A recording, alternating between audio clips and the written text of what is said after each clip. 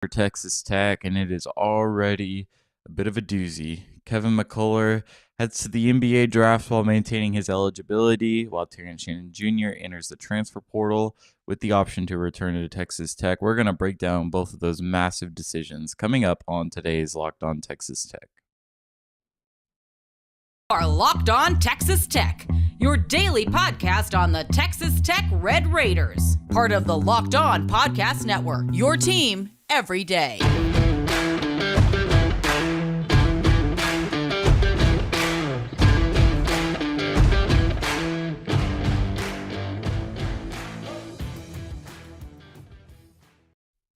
Welcome to Locked On Texas Tech, a member of the Locked On Podcast Network. Thanks for making Locked On Texas Tech your first listen every day. We are free and available on all platforms, including YouTube. Be sure to subscribe to our channel over on YouTube if you have not already. I'm Ryan Mainville. I cover Texas Tech for the Dallas Morning News.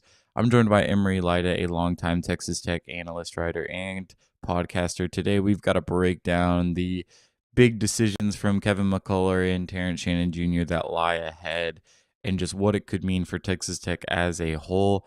But this episode of Locked On Texas Tech is brought to you by StatHero. StatHero is reshaping the way that you play fantasy sports. Dozens of house-based games to play daily. No sharks, no funky props, just your skill versus the lineups you choose. Sign up today at stathero.com/lockedon. So obviously the first decision we heard from any Red Raider on the 21-22 roster to either continue to play at Texas Tech or play elsewhere was from Terrence Shannon Jr. Obviously, reports breaking that he would enter the transfer portal before the team even took off and left from San Francisco to fly back to Lubbock. Officially entered the portal yesterday afternoon, I believe, around then. But obviously, I think that there was some clear disconnect between TJ and just the team as a whole this season. But nonetheless, I feel like whenever you've got a decision like this, less than 24 hours after your season ends, it's a little bit surprising. Yeah, and I've been kind of preaching not to look too far into body language over the course of the season. We don't know what these guys are going through and sort of what's been going on off the court, how that's been impacting them. But certainly, I mean, people throughout Twitter, throughout all of the boards, pretty much anywhere, have pointed out how TJ's sort of body language was kind of up and down throughout the season. And certainly you had the injuries, which I feel like played a large part in kind of a disconnect between the team, as you mentioned. And certainly kind of inconsistencies in the rotation for him. I certainly think you look down the stretch and he had games where he really wasn't able to play much. I mean, the Notre Dame game sticks out in the tournament where he only played 18 minutes and it felt like he was getting subbed out every 2 minutes anytime he would make a mistake. And so I certainly think there was a level of disconnect there. And so you could have expected it to some degree that at some point maybe he would hop into the portal. Certainly we've heard sort of rumors throughout the season about that potentially being the case. But to have it happen really right after the season ended on Friday morning before the team even took off. And yeah, he wasn't officially in the portal, but it was sort of really wide. It was broke on a wide scale. And so to be able to hear that, it was kind of confusing in a way because even with the understanding that it was likely that Shannon was going to test the waters either in the draft or the portal at some point, it was a little bit bizarre to see that come out so quickly.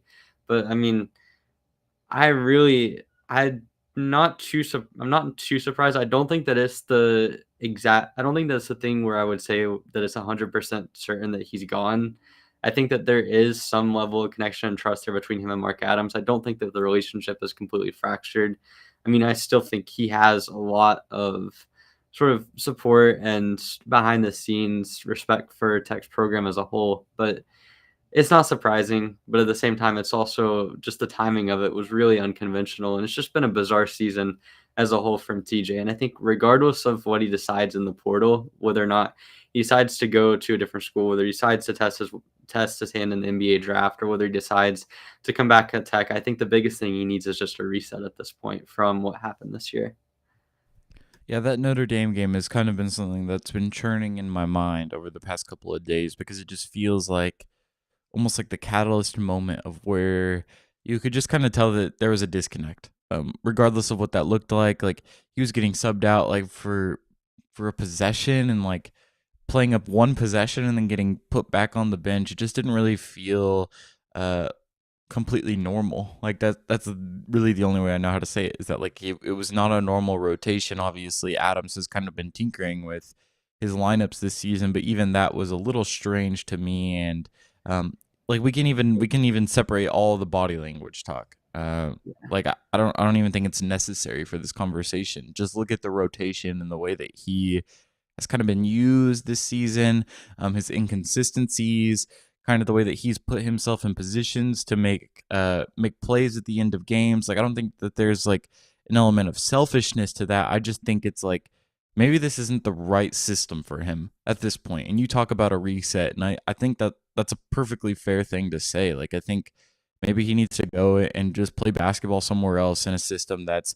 more favorable to what he's trying to do as a player. I think that's fair. I think that he didn't really flourish in a Texas Tech offensive system that revolves around ball movement and getting the ball inside. I think to be the player that is TJ at his best, I think he needs space to kind of play in isolation and just create plays for himself. And so, man, you said it's not 100% that he's gone, but I'm really feeling today like it's probably like 95%. And that's what I'm hearing.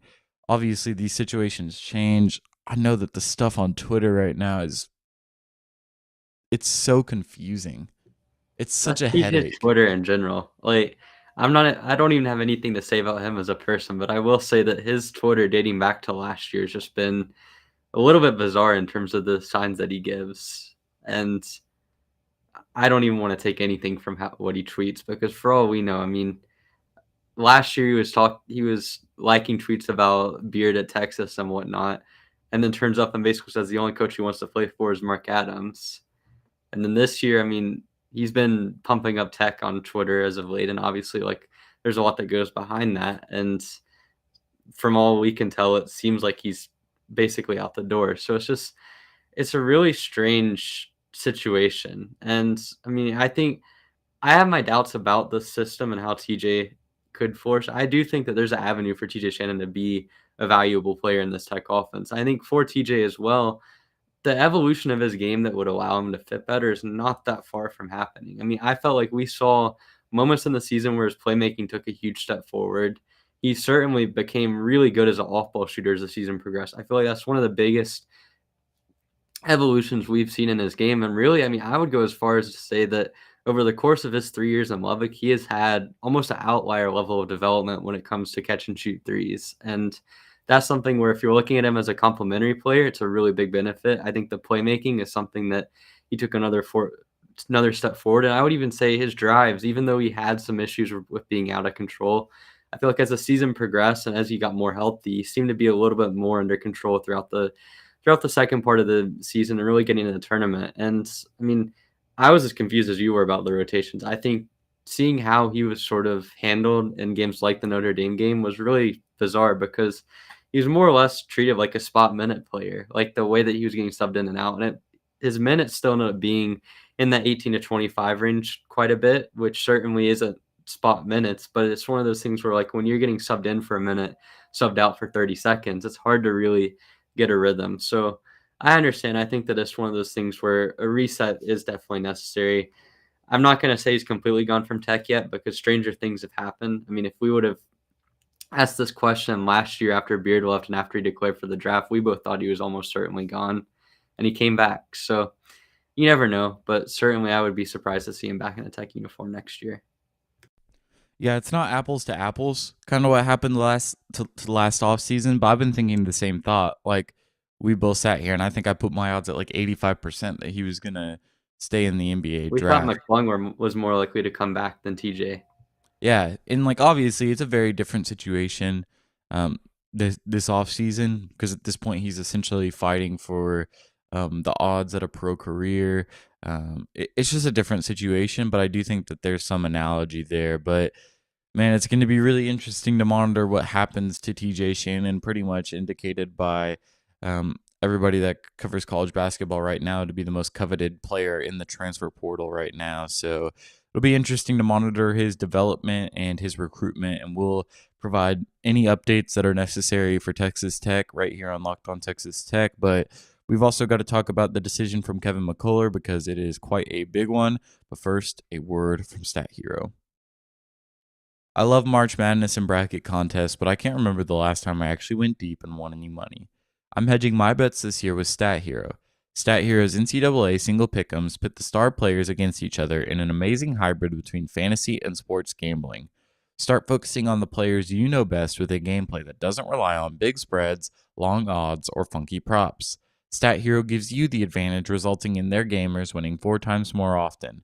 Why? Because StatHero eliminates the mystery about who or what you are going up against. StatHero is the easiest and fastest way to get your sports action fix. The simple, sleek gameplay will have you playing in minutes. This is what daily fantasy was meant to be. StatHero.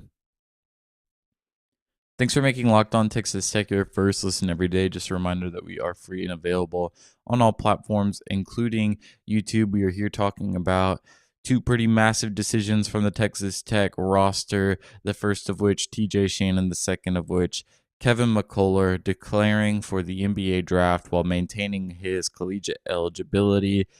This is one I'm still kind of trying to wrap my head around a little bit. Not necessarily in terms of purpose. Like, I think that this is a really healthy thing for college players to do. I think that every single collegiate player that has the potential to get drafted in any year should test the waters, hear from scouts, and if it's clear that they're not going to be a draft pick that year, come back and work on those things. It's exactly what Ochai Agbaji did last year when he was kind of a fringe second round, maybe even undrafted guy. He comes back, he works on being really aggressive, and he's an All-American and a first-round pick. Like, I think that this is a really healthy system. It obviously does not work for everybody, but it's a really, really good way to get easy feedback. Marcus Santos Silva did it when he was at VCU, I think, and that really helped him improve his game. I think that this is a really healthy system, but I just don't know exactly where McCullar is at. I think that his statement was worded a little bit confusingly. I think that people are kind of torn and tied on what he means by exploring those options by retaining his 2 years of collegiate eligibility. But man, this is a big one. This is a big one to monitor because where I feel like you've kind of caused the rift has been caused and created with Terrence Shannon Jr. And I think that really both parties are due for a reset right now. I don't think that you're ready to move on from Kevin McCullar and pursue a roster without him next season. I don't think so either. I think that in some ways, the wording of Kevin McCullar's statement was a little bit more troubling than the actual decision itself, because I fully expected him to kind of pursue this option of being able to go test the waters in the draft. He has not done so through his first 2 years of college eligibility. I think that there's genuine positives to him as a prospect. Do I think he's going to stay in the draft? Almost certainly not, because I still think that people haven't really caught on to his game, and B, I feel like the role that he played this year was probably not best suited to sort of maximize his strengths as a prospect. I mean, if you look at some of the guys on draft Twitter that have taken a look at him, and I want to give a shout out to my guy CJ Murchisani from from the from Roll Call. That was really kind of strange. But anyway, so CJ, he's been on the McCullar train for basically the last few months, and even dating back into 2020.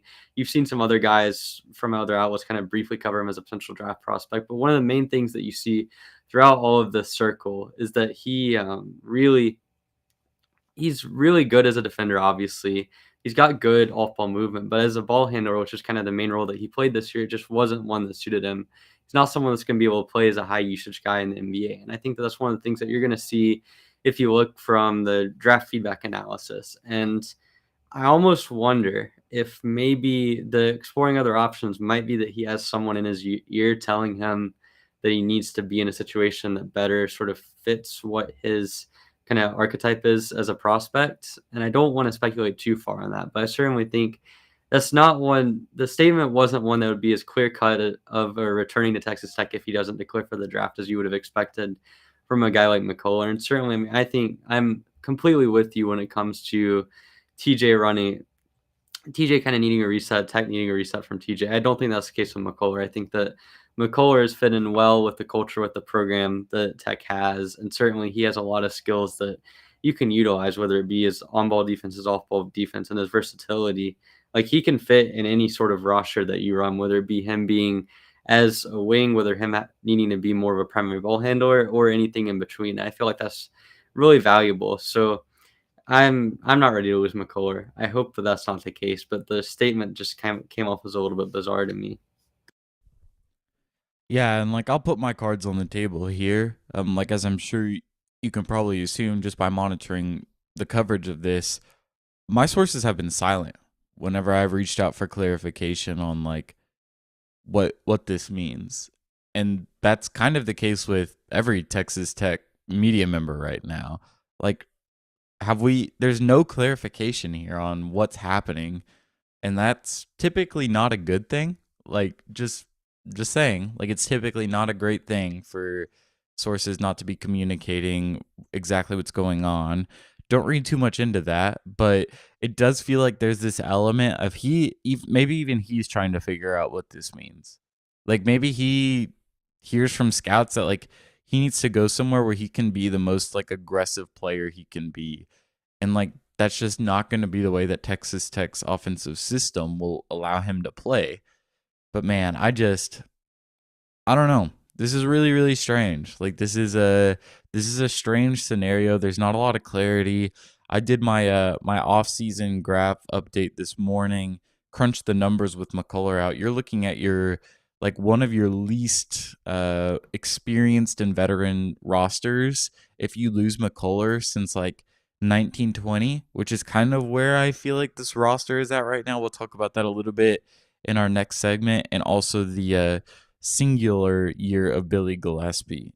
And so you're in some pretty rare air if you don't return McCullar in terms of the limited amount of production and scoring that you're returning. And so, man, this is a really big decision. Like, this is a very, very big thing to monitor for Texas Tech this offseason. I feel like I'm kind of dissonating and withdrawing from the TJ Shannon news just because I feel like he's gone. Like, and I think that's the way that Texas Tech is going to approach this offseason, is the fact that he's gone. But if there's not clarity with what McCullar is going to do, you're in a really, really interesting spot now, because now you're having to rebuild your roster, essentially not knowing if your cornerstone is going to be back or not. So this is pretty massive. And I'd put the odds right now that he's back at Texas Tech next season at like 50-50. Like, I just feel like I'm throwing a dart at a wall at this point because I just don't know. I don't know what's happening. If he was just like declaring for the NBA draft and his statement was crystal clear and like, hey, I love Texas Tech, I'm just trying to do what's best for myself professionally, 100% in support of that, by the way, I'd be like, oh yeah, like 95% he's back. Because I don't think that he's a draftable prospect at this point. I think that he's a good basketball player, but I don't think he's an NBA player at this point in his career. But the wording and the lack of clarity, I feel like I'm grasping at straws at this point. Man, I just have no idea. I do disagree on the fact that it puts Tech's roster building in kind of a tough spot, because while McCullar is a cornerstone, certainly someone you want to have around the program. I really think that his versatility is one of the few things that can really come into play, because if Tech can recruit around him being a ball handler, they can recruit around him being a versatile wing. They can recruit around him being a jack of all trades, similar to what we've seen his role evolve into over the course of the season. And so I feel like from a pure roster building standpoint, you can kind of take the pieces and then see where McCullar fits best. And certainly I don't think that there's enough of a difference in how he's played in each of those roles for me to definitively say where he wants to be. But I think it goes back to his decision on that front. If Texas Tech goes out and gets multiple real high-level guards in the transfer market, does that dissuade him from wanting to come back? If Tech gets a couple of wings that are TJ Shannon-esque in the way that they play, does that change his outlook? If Tech runs a real big-centric roster and has two big men on the court at all times, does that play in? I think that there's a lot of decisions on both ends that have to be made. And, I mean, I'd almost look at it more from McCullar's lenses in terms of if he's looking at potentially entering the portal and going to another school, then that's when you say, well, maybe Tech's roster building is going to have to play a role in what McCullar decides to do, as opposed to the other way around. Because I feel like either way, you're going to build a roster that best fits what Mark Adams is looking to do and what the resources you have out on the market look like, as opposed to trying to fit it around a couple of specific players. And that's no knock against Kevin McCullar, but I don't think he's an outlier in any one position where you would say I'm not willing to bring in an elite level ball handler just because I want Kevin McCullar to be my point guard, you know? So for me, I mean, I'm with you. It's really hard to tell a direction. I think it depends on just how Tech decides to build the roster, and also if McCullar is true about wanting to get a different start, wanting to look somewhere else, depending on the advice that he gets. So, I mean, we don't know that. We're really kind of psychoanalyzing how he wrote on a graphic, and certainly if you look elsewhere, there hasn't been a lot of noise one way or the other. I mean, obviously, your sources haven't said anything. I haven't heard anything. I don't really know of anyone that's heard one way or the other. So it's just a very strange time. I would say if he comes back, it's obviously great. If he doesn't, you're going to be in a void in terms of returning talent, but certainly not something that Mark Adams can't deal with. But it's a very interesting position to be in. Yeah, you touched on a couple of things there that I want to circle back around to as we take a look at the philosophy of building this roster throughout the rest of the offseason. But first, a quick word from Built Bar. This is the time of year that I've pretty much given up on all my New Year's resolutions, but not this year. I'm sticking to my resolution to eat right thanks to Built Bar. It almost feels like it's not a resolution because I actually enjoy eating Built Bar products. They're not just a protein bar, they're a treat, and they're covered in 100% real chocolate. They're low in calorie, high in protein. Replace your candy bars with these, they are better. Go to Built.com and scroll down the macros chart, you'll be blown away. They are high in protein, low in calorie, high in fiber, low in carb. Go to Built.com today to get your hands on some of your own. All right, so I made a face whenever you touched on something in our last segment. Everybody that's watching this on YouTube could probably pick up on that. But I think like you both proved what I was trying to say in a manner that like I didn't word very well the first time, and then also like again like reiterated my concern.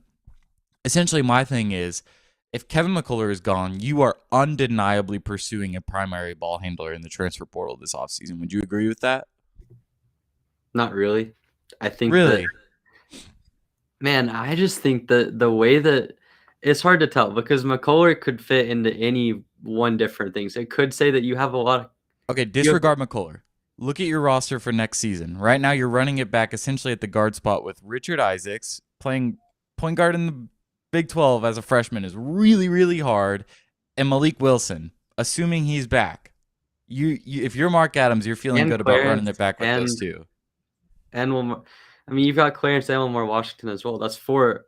You've got four guys there that you could say you That's come in. that's a stretch for me. All right. I'm not feeling good at all with either of those guys. Okay. All right, but you have four guys that have proven that they can at least be not disastrous ball handlers. Okay. Low bar, I know. Has right? Clarence proved that? Okay.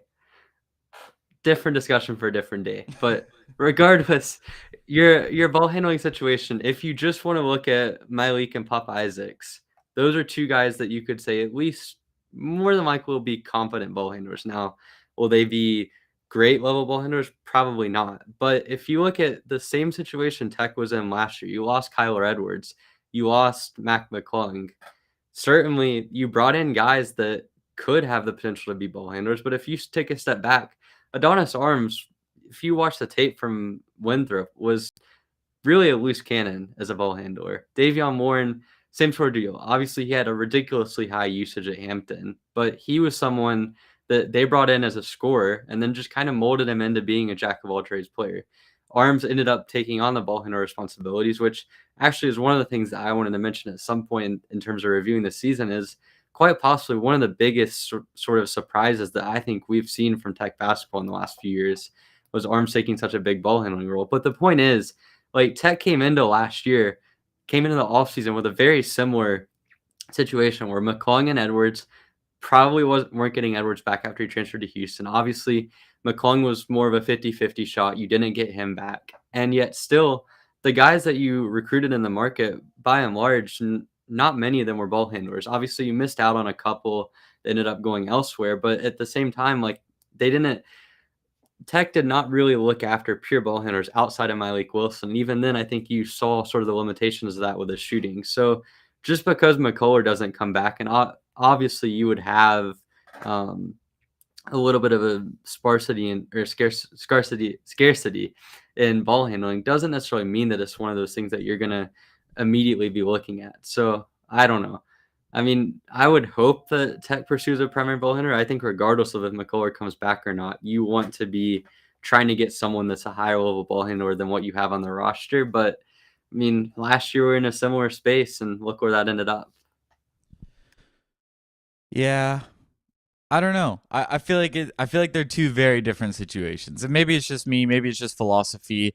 I agree with like what you're trying to say. Like obviously Texas Tech was in a position last offseason where they didn't really know like where their primary ball handling was going to come from. I completely agree with you on that. Like we talked about that all last offseason of like where is this team going to get playmaking? How is it going to like revolve around the roster? But there was also a lot of guys on that roster that I felt like you were really comfortable with having the ball in their hands. Maybe not necessarily on the high usage rate as a true point guard, but like we came into last season knowing like, hey, Davion Warren has played with the ball in his hands a lot. Hey, Adonis Arms has shown some flashes of playmaking at Winthrop, although like he was not good at it at Winthrop. Like it was a pretty crazy development for him to If be you the say player the that same thing about Clarence, though, he's shown flashes. that one West Virginia game. That one West Virginia game is a pretty quick flash, man. This season has shown more. I agree with you there. This season, the way that he's gotten the ball to the rim and made passes, absolutely, he's shown himself to be a lot more competent. But at this point in the offseason, you're looking at a roster with Pop Isaacs, who I think is going to be really good. Like I think Pop is going to be really good, especially if you play him next to a guy like Malik Wilson and you can kind of have them share the burden of ball handling in the Big 12. Now, I also feel like, man, Tyrese Hunter at Iowa State just had like one of the best true freshman point guard seasons of a like non-immediately draftable NBA guy that we've seen in quite a bit. And like the dude had like multiple games with like 6 turnovers. And so I feel like it's also like helpful to keep us grounded on like what does a true freshman point guard in the Big 12 look like? Obviously, they can be really good, but there's also typically a lot of growing pains. You've got Lamar Washington, who I really don't think Texas Tech is going to try to use in a primary ball handling capacity at all. I think he'll look a lot like Namari Burnett kind of looked on the offensive end with maybe a little bit less of the ball in his hands. You got Jalen Tyson, who I think showed that in high school. I don't know what player he is right now. You've got Malik Wilson, assuming he sticks around, and you've got Clarence Nadolny. I just feel like maybe it's a difference in philosophy, but I want at least one other guy that you feel really comfortable with in terms of maybe it's not a primary ball handler per se, but like I'm looking for a Davion Warren or an Adonis Arms. I'm looking for a guy that I've seen at the collegiate level put the ball on the ground and either make plays for others or make plays for themselves. And again, Davion Warren was a bit of a dice roll. I think that we like 4 turnovers per game at Hampton was pretty nuts for you to be like, yeah, let's do it. Like, let's see what happens. But I don't know. There's not enough creation per se for me to feel really comfortable with this roster right now. But man, we can talk roster philosophies this entire offseason if we wanted to. Just taking a look at this roster as a whole, as it is today, March 28th. That 2019-20 team is kind of where I feel like Texas Tech is sort of at. In terms of like that team relied pretty heavily on a returner, and that was obviously Davide Moretti and Kyler Edwards to some degree. Like Kyler obviously had to step up into that role. You relied a lot on the young talent of Jamias Ramsey and TJ Shannon, and then you kind of went and plugged holes in the transfer portal. Now I'm at a point now where that last point is kind of where you lose me on a direct comparison of that roster to where we're at this point in the offseason, because at this point in the offseason, you need some dudes. Like, would you agree with me on that? Like, you need some talent from the portal right now. Yeah, 100%. You can't roll into next year with the exact roster that you have and then filler players. Like, with respect to the guys that are on the roster, that's just not going to end well. You don't have the experience. And really, I think that there are some very scary needs. If you look at, you don't really have bigs. I know that if I had it my way, I'd be playing small ball 5 80% of the time. But you still need the versatility on your roster. I don't think I'm still a little bit skeptical on Bacho when it comes to his health and his ability to play as the lead big on a team. And certainly you look beyond that, and really, like, I love Buzo and I love Jalen Tyson. I love what they could bring to the table as wings, but those are two guys that I have a little bit of questions on their versatility compared to what Tech has had in the past. So I think that you could play both in a crucial role if Buzo stays on, obviously, and if you have kind of both playing in the rotation. But I also think that you're going to need more wings in the portal. And obviously, we've touched on guards. So really, there's no place where I feel like you should feel settled with this roster. And I'd be shocked if there's not a concerted effort to get a few guys. And we've already seen in the portal that's been the case. But I mean, that's the thing. I think the roster has raw talent on it, and certainly you're going to have guys that are here right now that are going to be key factors in the rotation. And I would argue that you have at least one player from each position group that's going to factor into the rotation, but it's just not where you want it to be right now. Yeah, I almost think that you're kind of in a dicier spot than you were last offseason. Like after I should specify, after the returns of Kevin McCullar, maybe Marcus Santos Silva, I feel like you're in a position now where you're teetering on your main returner being Kevin O'Banner. That might not even happen. Yeah. Like that's not a great place to be, and that's not a knock on O'Banner, but like the guy is not a consistent scorer, and he also can't create his own offense. So I'm at the point in this offseason for Texas Tech where it's like it's time to swing. Like it's time to swing pretty drastically. It's time to make some moves in the portal. At this point, I feel like we're not talking about a reload as much as we are talking about a rebuild at this point. Like you're looking at a roster that is going to be drastically different than it was last season. And like in Mark Adams, I trust, man. Like let's buckle up, let's go for the ride. But this is gonna be a really, really interesting offseason to monitor. And like I'm still not comfortable with where we're at on the chances of Buzo, O'Banner, and Wilson returning next season. Like those are all kind of coin flips for me right now. And so there are a lot of decisions to be made, and it is going to be a doozy of an offseason. Yeah, I don't think that it being a rebuild is necessarily a bad thing per se, because I think, in all honesty, I feel like that the way that this roster was constructed had a lot of raw talent on it and a lot of guys that gave you the potential to win a lot of games, but there's also room for improvement. I do think that one of the biggest things in college basketball these days is staying old and making sure you have really experienced guys in the rotation. But there's going to be some value in bringing in some younger dudes and kind of allowing Mark Adams to reshape the roster, because I feel like last year's roster was kind of constructed in a little bit of a do or die situation. Like you had to get some guys on the board that could play heavy Big 12 minutes. And in the process, I mean, it kind of ended up being a Frankenstein team. I remember coming into the first game, we were talking about potential lineups, and we had lineups where you could play 5 guys that were 6'6" to 6'8", and you could play 3 bigs, you could play 4 wings. We didn't really know what was going to happen with that. And I don't know if that's the best thing. Obviously, it's like an extremely versatile situation, but it gives you the chance to sort of look at some younger guys. Obviously, you have some young talent coming in with this recruiting class with Jalen Tyson finally being able to play. And even with the sort of potential for guys like Buzo or Malik or O'Banner to leave, there's still a lot of potential there. And if those guys stay on, you're going to have a lot to work with. And I don't know, a rebuild doesn't necessarily mean that you're going to be out of contention next year. For all we know, Tech could bring in a lot of talent in the portal and be right back here in the same situation next year. But it's an opportunity for a complete remold, and it's something that Tech has gone through really the last 3 off seasons. If you want to look at it, at least this is the 4th consecutive offseason where I would say that you came into a season and the structure of your roster changed quite drastically. And how sustainable is that? I'm not sure. I don't know.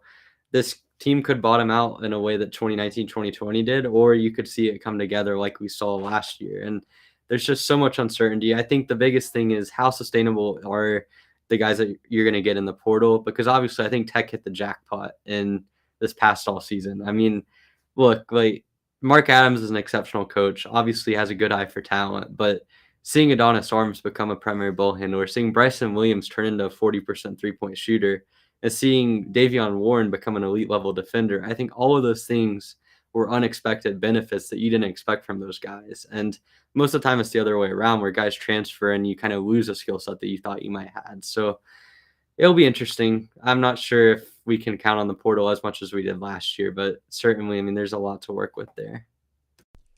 Yeah, Mark Adams obviously has a very, very good streak going on landing talent in the portal. It really feels like your only miss might have been Sardar Calhoun. And at that point, like, nobody could have envisioned him being ice cold from 3-point range. It was just completely unprecedented. But yeah, I think that's a really good point and a really good place to end about rebuild isn't necessarily a bad thing. I do think that's fair, and I like that. That's college basketball. Like, this is what it is at this point.